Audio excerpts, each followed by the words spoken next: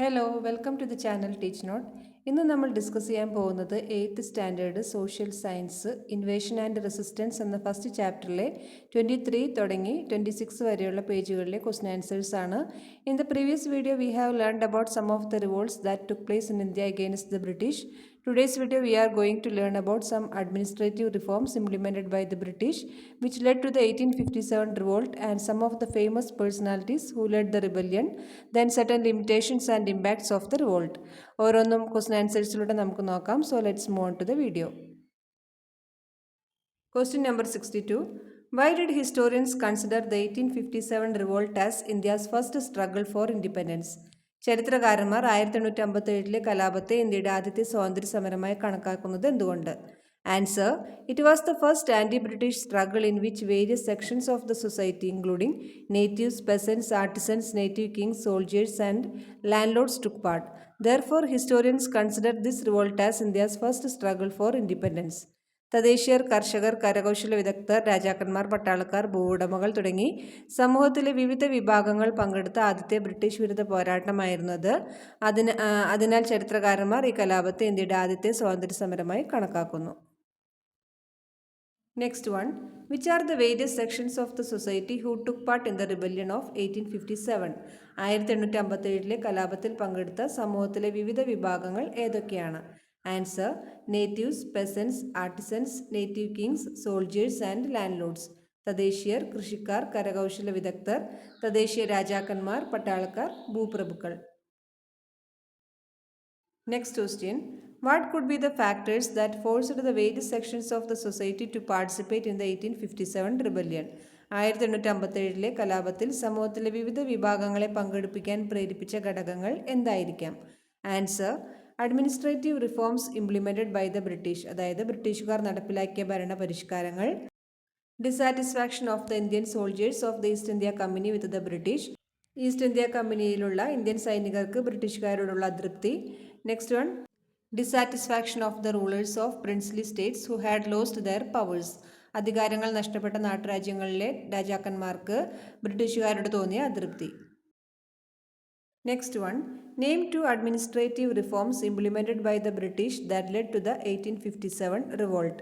1857 കലാപത്തിന് കാരണമായ ബ്രിട്ടീഷുകാർ നടപ്പിലാക്കിയ രണ്ട് ഭരണപരിഷ്കാരങ്ങളുടെ പേരുകൾ പറയുക. Answer: first one, the subsidiary alliance policy, അതായത് സൈനിക സഹായ വ്യവസ്ഥ. Second one, the doctrine of lapse, ദത്തവകാശ നിരോധന നിയമം. Next one. Who implemented the subsidiary alliance policy, ആരാണ് സൈനിക സഹായ വ്യവസ്ഥ നിയമം നടപ്പിലാക്കിയത്? Answer: Lord Wellesley. Next one.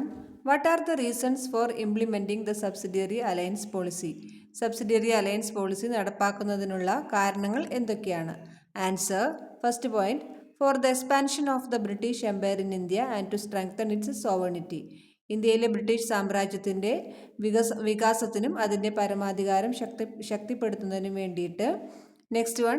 For the princely states to enter into military alliances with the British, നാട്ടുരാജ്യങ്ങൾക്ക് ബ്രിട്ടീഷുകാരുമായി സൈനിക സഖ്യങ്ങളിൽ ഏർപ്പെടുന്നതിന് വേണ്ടി.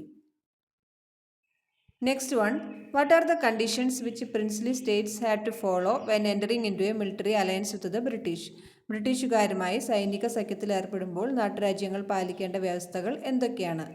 Answer: first point, the princely state which entered into the subsidiary alliance policy should keep 1 unit of the army of the company permanently within its kingdom, അതായത് subsidiary alliance പോളിസിയിൽ ഏർപ്പെട്ട നാട്ടുരാജ്യം കമ്പനിയുടെ സൈന്യത്തിൻ്റെ ഒരു യൂണിറ്റിനെ സ്ഥിരമായിട്ട് അതിൻ്റെ രാജ്യത്തിനുള്ളിൽ നിലനിർത്തണം. Next point. All the expense of the company's troops was to be borne by the allied king, കമ്പനിയുടെ സൈന്യത്തിൻ്റെ എല്ലാ ചെലവുകളും സഖ്യകക്ഷിയായ രാജാവ് വഹിക്കണം.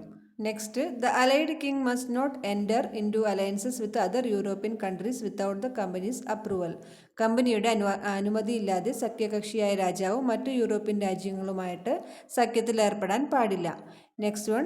No action should be taken by the allied king without consulting the British governor general, British governor ജനറലുമായി കൂടിയാലോചിക്കാതെ സഖ്യകക്ഷിയായ രാജാവ് ഒരു നടപടിയും സ്വീകരിക്കാൻ പാടില്ല. Next one. The allied king must provide accommodation for a British resident in his country, സഖ്യകക്ഷിയായ രാജാവ് തൻ്റെ രാജ്യത്ത് ഒരു ബ്രിട്ടീഷ് റെസിഡൻറ്റിന് താമസ സൗകര്യം ഒരുക്കണം. Next point. If these conditions were violated, the princely states would be annexed by the British. ഈ വ്യവസ്ഥകൾ ലംഘിച്ചാൽ നാട്ടുരാജ്യങ്ങൾ ബ്രിട്ടീഷുകാർ കൂട്ടിച്ചേർക്കും. Next question, who implemented the policy of doctrine of lapse? ആരാണ് ദത്താവകാശ നിരോധന നിയമം നടപ്പിലാക്കിയത്? Answer, Lord Dalhousie. Next one, write a short note on the doctrine of lapse policy. അതായത് ദത്താവകാശ നിരോധന നിയമത്തെക്കുറിച്ച് ഒരു ചെറിയ വിവരണം എഴുതുക എന്നതാണ് ചോദ്യം. ആൻസർ നോക്കാം. If the ruler of a princely state died without male heirs, there was a practice of finding a boy from another family as the heir. However, the king's power to adopt was abolished under the doctrine of lapse enacted by Lord Dalhousie, the British Governor-General. In the absence of an heir, the princely state would fall under the control of the English East India Company. ഒരു നാട്ടുരാജ്യത്തിൻ്റെ ഭരണാധികാരി പുരുഷാവകാശികളില്ലാതെ മരിച്ചാൽ മറ്റൊരു കുടുംബത്തിലെ ഒരു ആൺകുട്ടിയെ അവകാശിയായി കണ്ടെത്തുന്ന ഒരു രീതി ഉണ്ടായിരുന്നു. എന്നിരുന്നാലും ബ്രിട്ടീഷ് ഗവർണർ ജനറലായിരുന്ന ലോർഡ് ഡൽഹൌസി നടപ്പിലാക്കിയ ഡോക്ട്രിൻ ഓഫ് ലാപ്സ് പ്രകാരം രാജാവിന് ദത്തെടുക്കാനുള്ള അധികാരം നിർത്തലാക്കപ്പെട്ടു. അവകാശിയുടെ അഭാവത്തിൽ നാട്ടുരാജ്യം ഇംഗ്ലീഷ് ഈസ്റ്റ് ഇന്ത്യ കമ്പനിയുടെ നിയന്ത്രണത്തിലാകും. Next one, name the princely state which was annexed to British India on charges of misrule. ദുർഭരണം ആരോപിച്ച് ബ്രിട്ടീഷ് ഇന്ത്യയോട് ചേർത്ത നാട്ടുരാജ്യം ഏതാണ്? Answer, Oudh.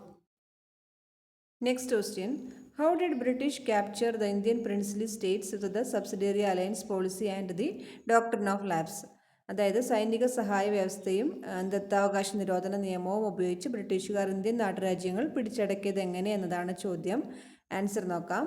According to the subsidiary alliance policy, the princely states entering into a military alliance with the British had to follow certain conditions. If the conditions were violated, the princely states would be annexed by the British. If the ruler of a princely state died without male heirs, it would fall under the control of the English East India Company. Many princely states were annexed to British India under these two policies. Subsidiary alliance policy അനുസരിച്ച് ബ്രിട്ടീഷുകാരുമായിട്ട് സൈനിക സഖ്യത്തിൽ ഏർപ്പെടുന്ന നാട്ടുരാജ്യങ്ങൾ ചില നിബന്ധനകൾ പാലിക്കേണ്ടതായിട്ട് വന്നു. വ്യവസ്ഥകൾ ലംഘിച്ചാൽ നാട്ടുരാജ്യങ്ങൾ ബ്രിട്ടീഷുകാർ കൂട്ടിച്ചേർക്കും. പിന്നെ ഒരു നാട്ടുരാജ്യത്തിൻ്റെ ഭരണാധികാരി പുരുഷ അവകാശികളില്ലാതെ മരിച്ചാൽ അത് ഇംഗ്ലീഷ് ഈസ്റ്റ് ഇന്ത്യ കമ്പനിയുടെ നിയന്ത്രണത്തിലാകും. ഈ രണ്ട് നയങ്ങൾ പ്രകാരം നിരവധി നാട്ടുരാജ്യങ്ങൾ ബ്രിട്ടീഷ് ഇന്ത്യയോട് കൂട്ടിച്ചേർക്കപ്പെട്ടു. Next one, how did the dissatisfaction of the Indian soldiers become a major cause of the 1857 rebellion? 1857 കലാപത്തിന് ഇന്ത്യൻ സൈനികരുടെ അതൃപ്തി ഒരു പ്രധാന കാരണമായി മാറിയത് എങ്ങനെ? Answer, Indian soldiers were paid less and were provided poor food and accommodation. Moreover, the company supplied the new type of Enfield guns to the soldiers. Its cartridges had a greased paper cover. This cover had to be bitten off to use the gun. It was rumored among the soldiers that this cover was smeared with a type of grease made from cow and pig fat, which was offensive to their religious beliefs. Indian സൈനികർക്ക് കുറഞ്ഞ വേതനവും മോശം ഭക്ഷണവും താമസ സൗകര്യവും നൽകിയിരുന്നു. മാത്രമല്ല, company സൈനികർക്ക് പുതിയ തരം എൻഫീൽഡ് തോക്കുകൾ വിതരണം ചെയ്തു. അതിൻ്റെ വെടിയുണ്ടകളിൽ ഗ്രീസ് പുരട്ടിയ പേപ്പർ കവർ ഉണ്ടായിരുന്നു. തോക്ക് ഉപയോഗിക്കുന്നതിന് ഈ കവർ കടിച്ചു കീറേണ്ടതായിട്ട് വന്നു. പശുവിൻ്റെയും പന്നിയുടെയും കൊഴുപ്പ് കൊണ്ട് നിർമ്മിച്ച ഒരുതരം ഗ്രീസ് ഈ കവറിൽ പുരട്ടിയിട്ടുണ്ടെന്നും അത് അവരുടെ മതവിശ്വാസങ്ങളെ വ്രണപ്പെടുത്തുന്നതാണെന്നും സൈനികർക്കിടയിൽ കിംവദന്തി പരന്നു. Next one, name the Indian soldier who was executed by the British for assaulting a British soldier who forced him to load his gun. തോക്ക് നിറയ്ക്കാൻ നിർബന്ധിച്ച ബ്രിട്ടീഷ് പട്ടാളക്കാരനെ ആക്രമിച്ചതിന് ബ്രിട്ടീഷുകാർ വധശിക്ഷയ്ക്ക് വിധിച്ച ഇന്ത്യൻ പട്ടാളക്കാരൻ്റെ പേരെന്ത്? Answer, Mangal Pandey. Next one, where did the 1857 rebellion start? 1857 കലാപം ആരംഭിച്ചത് എവിടെയാണ്? Answer, in Meerut, Uttar Pradesh. Next one, how did the British suppress the 1857 rebellion? 1857 കലാപം ബ്രിട്ടീഷുകാർ എങ്ങനെയാണ് അടിച്ചമർത്തിയത്? ആൻസർ നോക്കാം. Many Indians were shot dead, many were cannoned to death, thousands who were alive were hanged upside down from branches of trees. Out of the 1.5 lakh killed in the riots in Oudh alone, 1 lakh were civilians. നിരവധി ഇന്ത്യക്കാരെ വെടിവെച്ചു കൊന്നു, നിരവധി പേരെ പീരങ്കി ആക്രമണത്തിൽ വധിച്ചു. ജീവനോടെ ഉണ്ടായിരുന്ന ആയിരക്കണക്കിന് ആളുകളെ മരക്കൊമ്പുകളിൽ തല കീഴായി തൂക്കിലേറ്റി. ഔദിൽ മാത്രം കൊല്ലപ്പെട്ട 1.5 ലക്ഷത്തിൽ 1 ലക്ഷം പേർ സാധാരണക്കാരായിരുന്നു. Next question, what were the features of 1857 rebellion? 1857 കലാപത്തിൻ്റെ സവിശേഷതകൾ എന്തായിരുന്നു? Answer the unity of different sections of people of India. ഇന്ത്യയിലെ വിവിധ ജനവിഭാഗങ്ങളുടെ ഐക്യം. The rebels had the support of the common people. പൊതുജനങ്ങളുടെ പിന്തുണ കലാപകാരികൾക്കുണ്ടായിരുന്നു. Next one Hindu Muslim unity. Hindu Muslim ഐക്യം. Next question name the places where 1857 rebellion took place. 1857 കലാപം നടന്ന സ്ഥലങ്ങൾ ഏതൊക്കെയാണ്? Answer Delhi, Jhansi, Kanpur, Lucknow. Arrah in Bihar. Next one name the emperor of India who was exiled to Rangoon by the British after the revolution. വിപ്ലവത്തിനു ശേഷം ബ്രിട്ടീഷുകാർ റംഗൂണിലേക്ക് നാടുകടത്തിയ ഇന്ത്യൻ ചക്രവർത്തിയുടെ പേരെന്ത്? Answer Bahadur Shah second. Next one who was general Bakht Khan. General Bakht Khan ആരായിരുന്നു? Answer military general of Bahadur Shah second. Bahadur Shah രണ്ടാമൻ്റെ സൈനിക general. Next one name the person who led the 1857 rebellion in Jhansi. ഝാൻസിയിൽ 1857 കലാപത്തിന് നേതൃത്വം നൽകിയ വ്യക്തിയുടെ പേര് എന്താണെന്നാണ് ചോദ്യം. Answer Rani Lakshmi Bai. Next one name the persons who led the 1857 rebellion in Kanpur. കാൺപൂരിൽ 1857 കലാപത്തിന് നേതൃത്വം നൽകിയ വ്യക്തികളുടെ പേര് പറയുക എന്നതാണ് ചോദ്യം.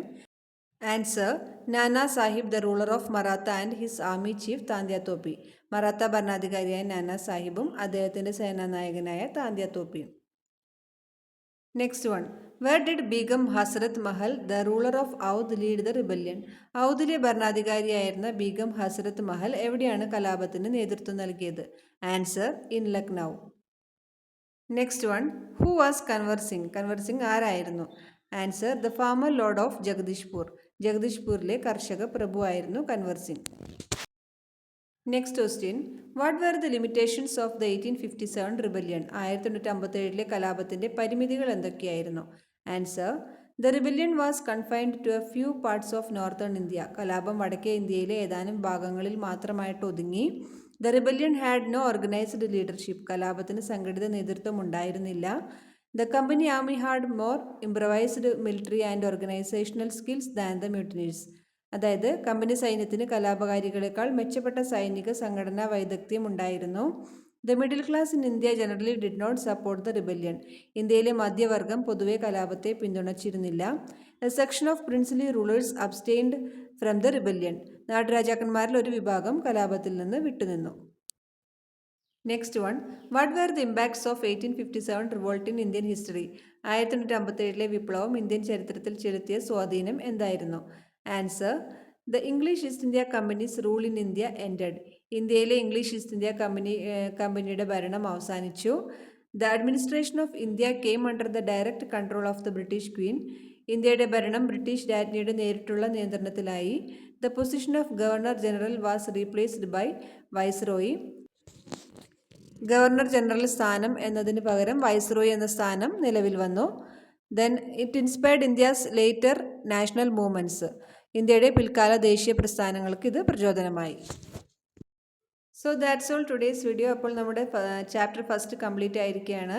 ടെക്സ്റ്റ് ഓൾമോസ്റ്റ് കവർ ചെയ്തിട്ടാണ് ഞാൻ ക്വസ്റ്റ്യൻസ് ഇടുന്നത്. ഇത് NMMSന് പ്രിപ്പയർ ചെയ്യുന്ന കുട്ടികൾക്കൊക്കെ വളരെ ഉപകാരപ്രദമാകും. അതിനാണ് ടെക്സ്റ്റിൻ്റെ എല്ലാ ഭാഗങ്ങളിൽ നിന്നും ക്വസ്റ്റ്യൻസ് ഉണ്ടാക്കിയിട്ടിരിക്കുന്നത്. അതിനാൽ തന്നെ കുറച്ച് ക്വസ്റ്റ്യൻസ് ഈ വീഡിയോയിൽ കൂടുതലാണ്. എല്ലാവരും കുറേശ്ശെയായിട്ട് എഴുതിയെടുത്ത് പഠിക്കാനായിട്ട് ശ്രമിക്കുക. അപ്പോൾ ഇനി നെക്സ്റ്റ് ചാപ്റ്റർ അടുത്ത വീഡിയോയിൽ സ്റ്റാർട്ട് ചെയ്യാം. So that's all today's video. ഇനി അടുത്ത ഭാഗങ്ങൾ നെക്സ്റ്റ് വീഡിയോയിൽ ഡിസ്കസ് ചെയ്യാം. ഈ വീഡിയോ നിങ്ങൾക്ക് യൂസ്ഫുള്ളായി തോന്നിയെങ്കിൽ എല്ലാവരും ലൈക്ക് ചെയ്യുക, ഷെയർ ചെയ്യുക, സബ്സ്ക്രൈബ് ചെയ്യുക, കൂട്ടുകാർക്കൊക്കെ ഷെയർ ചെയ്ത് കൊടുക്കുക. ഇനി മറ്റൊരു വീഡിയോയുമായിട്ട് കാണുന്നതുവരേക്കും ബൈ.